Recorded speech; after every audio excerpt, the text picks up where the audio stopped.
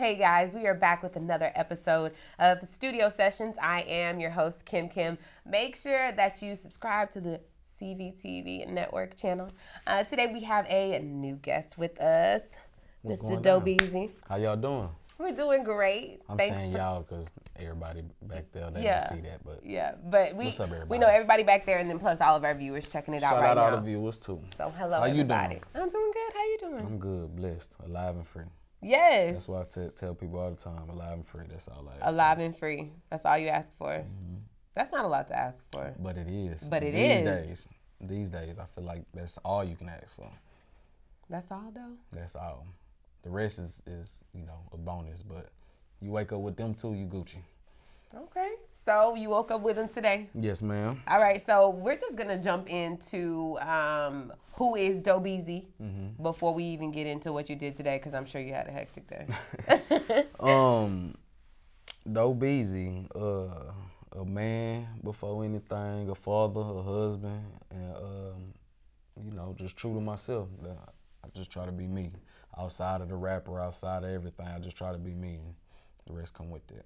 Yes. So the rapper, I think that's where all of the authenticity comes from, because just like you said, you try to be a man outside of everything else, right? Alive and free. Right. Alive and free. Right. So for some of the people that probably Google your name, a lot of hits will come up that you have done, and I'm not going to say in the past, just currently, just hits after hits.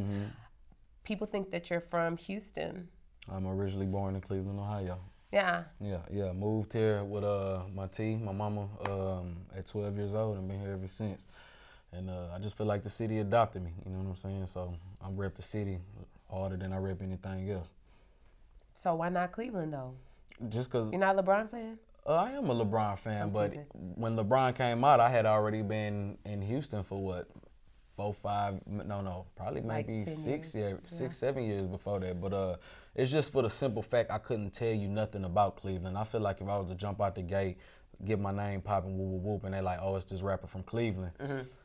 Niggas in Cleveland gonna be like, I ain't never seen this nigga, what block he from, what hood he from, whatever. I can't answer them questions there, but I can answer them questions here. You know what I'm saying? And I feel like where you went to middle school at is where you from, and that ain't just biased from where I'm at. I just feel like where you went to middle school or where you spent the most time at is where you from. And I've been in Ohio for 12 years, and I've been in Houston for 21. So okay, so you're from Houston. From Houston. If not, at the very least, I'm adopted. You know what I'm saying? Yeah. So I'm gonna claim my parents. Goddamn. Of course. And Houston adopts any and everybody that comes and stays over 2 years. Shit, over 2 days. You come through this bitch, do a show, you get a day. Goddamn it. Yeah, that is true. That's a whole nother subject. That's a whole nother subject. Why Doughbeezy doesn't? No, it's not bad. It's just of course, if you in the city, that's kind of a conversation, A conversation of, so if Doughbeezy had a Doughbeezy day, what would we do on Doughbeezy day? Doughbeezy Day, just off the top of my head, it'll probably be daytime. Will probably be a kid-friendly event. Make sure we just cater straight to the kids and make sure we putting a message out there that the point of that is to build a relationship between the parents and the kids. Just because I feel like a strong household is what is what gets you right. And once it start getting dark, kids got to go home and smoking weed, drinking good drinks, and relaxing and having good energy and good vibes. So that's probably a Doughbeezy day. Okay, so good energy and good vibes. Yes, ma'am. That's how we would describe a Doughbeezy day. Yes, ma'am. How would we describe Doughbeezy as an artist? Versatile. Definitely different. Like people say I don't sound like I'm from Houston, but the first 30 seconds you can tell I'm from Houston. You know what I'm saying? So that's what I kind of like about it. My rhyme pattern, or I guess you say, or the way, or my cadence isn't the original Houston flow, but my content is. Yeah, what you're talking about is definitely Houston. The way that I put words together, I think that's what's dope about me as an artist. And a brand, before, but like I would always tell people and like the homies in the squad, like, you're not a rapper, you a brand. You know what I'm saying? And being a rapper just happens to fall under that tree. You know what I'm saying? Like, I would always tell them, like, think of the squad as Kellogg's. You know what I'm saying? Like, if you go to the grocery store, you're not getting great value cereal. You looking for the Kellogg's brand, and you can either like Frosted Flakes this week, next week you're gonna go Fruit Loops, whatever. And that's what I always wanted to kind of build that format after, you know what I'm saying? Like shit, like no matter what, if you say Hair Records or you say anything that we a part of, you know that's Kellogg's, and anything up under that you already know is gonna be top notch on the shelf. No matter what, if you want to fool with Doughbeezy this day, K-Dog or Double B this day, or Cab this day, you know what I'm saying? Like it's just kind of how I like to build that type of thing. Yeah, so Hair Records, where did you guys get that name from? It started in 1999. My manager Al actually was in the locker room at Clearbrook High School. They played football, and it was kind of like a Hair Records thing. And this nigga, smartest nigga I know. This was in '99. Once he started to click, it started, you know, kind of building the name in the high schools in the whole district. So this nigga he made a website to where you can create a profile and share instant messages and upload pictures. Oh, so way like before a MySpace before MySpace. Way before MySpace. You know what I'm saying? It was hairrecords.com. All this is documented to this day. You know what I'm saying? Yeah. All that same structure way before MySpace. And the point of that was to, you know, just build the brand of when they go to the Capitol Beach party or when they go to parties, whatever, everybody wearing hairrecords.com shirt. Yeah. So when we go back to the schoolhouse, everybody want to buy a shirt. You know what I'm saying? Yeah. We're not even realizing what we doing. This is before wanting to rap anything. You know what I'm saying? So that's when it started in '99. The next year I had ended up going to high school and meeting him. You know what I'm saying? Actually my best friend D-Boo, and he was real cool with Al. So once I seen what they was doing and D-Boo was part of Hair Records, I'm like, shit, I'm trying to be down too. But I'm like, I don't play football, I rap, you know what I'm saying? I want to be the nigga that, you know what I'm saying? I want to be the rapper, I want to be the rapper, you know what I'm saying? So that's how I started, and then just freestyling at lunch.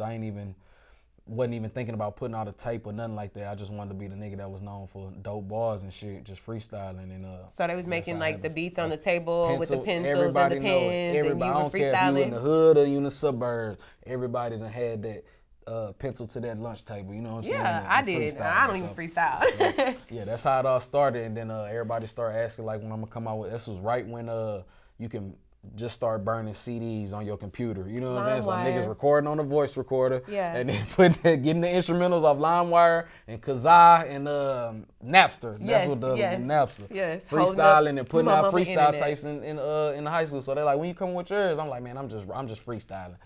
So I ended up getting kicked out of school and heard it was a nigga talking shit in school. So I was like, man, I want to make a diss song. And went to my partner's house, put them headphones on, and heard my voice like through it. Once I recorded, I was like, man, I want to do this for the rest of my life, like, and that's how I fell in love with like. So the diss song brought you to. The diss song did it.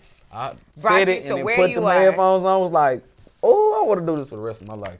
I just love the way it sounded, but everybody loves it. So forget roasting. I'm gonna put it on a track. We gonna talk about it. Yes, so that that's my job forever. For sure. So that was like the birth of Doughbeezy. Fast forward. Down like 45 South, Scarsdale, El Dorado, going all the way down towards Galveston. That's kind of my area that I was, you know, building my name at. So everybody knew me around there, and I'm like, you know, everything going kind of good. But then my manager Al, he hit me. He was like, man, you know that this dude just won an award for best rapper in Houston named Fat Tony. So I'm like, nigga, one, who is doing award shows? Two, who is Fat Tony? I've never heard of this and nigga. I'm better than him. You know what I'm saying? So I'm like, who is this nigga? So I do my research. I'm like, my nigga, it is a whole Houston local scene on that side of the fucking Beltway in 45. Like, we would never go past the Beltway, bro. I probably lived in Houston probably like 4 years and never even knew there was a Beltway. Maybe 3 years. What? Didn't even know there was a Beltway just because I stayed on my side and went south business. Towards Galveston anytime we was trying to do something. But it's big though. But you know what I'm saying? So, yeah, so once I started learning the city and learning that it was a local scene, that's when I went to my first event. And it was with Propane, D-Lo, Escabel. Man, it was a Dante Higgins, a lot of, I'm talking about niggas had no name yet. Niggas just building their name at these little things. And I'm like, man, this shit live. So I just sit back and peep the scene. I'm watching who everybody walking up talking to. I'm looking at who threw on the event. So after that event, I asked the nigga, I'm like, shit, what's up? How I get down with the events? He was like, well, my next event is best rapper in Texas. He was like, shit, you can get on that. Came through there, lost the first time, came back and won 3 times. They retired me. That's where I got my buzz. Went to SF2, did Kickback Sundays. Went crazy after that. I dropped Reggie Bush and Kool-Aid like the second week I was at Kickback Sundays. And that's when I heard of you. Rest was history. Rest was history. Yeah. So. Sorry if I'm long-winded. No, that's dope. This is how we can kind of see where we are. You know, like when you see a person, you never really know the full story. You know, we don't know how that maze got you to where you are right now. And now we see you, of course, with some of the, we can say, living legends in Houston. For sure. I've seen you headline shows with some of the top rappers in Houston. Yes, ma'am. You have a single with, Chucky Trill? Yeah, Lil Fru. It's not a single, more of a freestyle. The freestyle, the Sicko Mode? Yeah, that's the most recent thing that I put out was the Sicko Mode. And yeah, me and him actually working on a tape right now, trying to get that together. So when can we expect something solo? Solo. I got an album already done called Talking to Texas, whole album produced by Pug Tunes. I'm working on Reggie Bush and Kool-Aid 3, and me and Lil Ju are back in the studio. It's just, I don't want to put out any more music without putting out visuals and just doing it the right way, because I just feel like right now I'm in this Houston hamster wheel, and it's not just Houston. I don't want to use the excuse of Houston because every city go through this, but I'm in Houston, so I call it the Houston hamster wheel, where you drop something, put out a video or two, do a couple shows, do a couple interviews, and then you go quiet again, and then you do it again. You know what I'm saying? It's like there's my whole, from the very jump, I always said I never wanted to be just a local legend. I want to be a local legend, but I don't want to be just that. I feel like my what's the word I'm looking for? You have the potential to do way more than that. My potential is worldwide, you know what I'm saying? So that's what I always strive for, and I just feel like it's no excuse. It's been things that I've done to hinder myself from doing that. So I feel like before I just jump back out there, because everybody, where you been? Woo, woo, woo. I want to make sure I do it the right way. So I'm rebuilding and I'm rebranding, and when it drop, it's going to pretty much loading the clip up, so when I shoot, we can just well, we about to load the clip. Let's load the clip. We're about to load the clip. Step into the booth. Doughbeezy, you ready? Yes, ma'am, I'm ready. Let's go. Love, I body bag every beat. You niggas know the deal, but they done fucked around and let me lick a truck of trill. Just sipped the whole pint, about to crack another seal. Drank belly so big, kids call me Uncle Phil. Bad boy like Will with a MILF lane Vivian. Born and raised in Houston, but look like she Caribbean. Miss Black and Indian, get her on a Henny in her head, gang coated in the blood of an amphibian. Look, I've been on the wreck, y'all just known the flex, but don't get no respect. She blowing up my text, so please go tell your girl that I just want some neck. And all a nigga really need is a couple codeine weed and some. Gave her the D and then I leave with her love. I'm chasing a bag, I'm chasing no ass, stack no slow, then turning into fast cash, badass, skipping school, screaming fuck a mad class, rather learn how to add grass to a trash bag. Ain't talking bubble guts, but we used to pass gas in a hoop, hotboxing in the coupe with no tags. And I was raised right, but never had class, labeled me the class clown, then I got the last laugh. Joke's on you, no I didn't graduate school, but mama ain't raised no fool, was taught to always pay your dues, and now I'm making more than most who stayed in school. You thought I wasn't gonna be shit. Please, bitch, I was born to do king shit. Taking ski trips, places you ain't never seen, bitch. Only time you ever seen this is in your dreams, bitch. I bring chicks to the cream to be my queen, bitch. The wife like her, then we do our tag team shit. Watching meet each other for 20 minutes, then bring dick, and I ain't max over, then that pussy we the cream click. I'm Ozarka with the drip, Ryan Harper with the wrist, Bob the Builder with the bricks. I body bag the beat, they always asking me why you be killing nigga shit. It's first degree dough and it's a homicide, and leave the beat broke like niggas without a job. I'm King Beezy, but lately I feel like I'm a god, no slave, but they trying to ride a nigga wave like I'm a style trill. Yes, sir. Body bag Beezy, first degree hoe. Let's get it.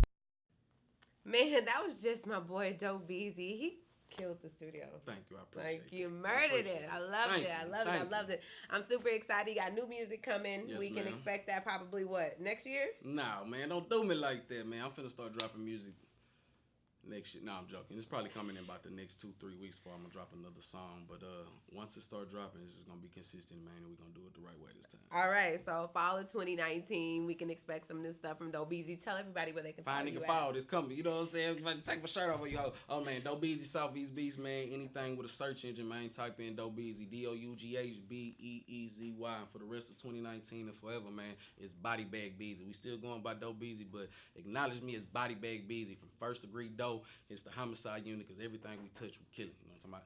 Body Bag Unit, man. Thank you guys so much for tuning in, and make sure you click and subscribe to our channel. It was Kim and Body Bag Beezy. We out. Yeah, there.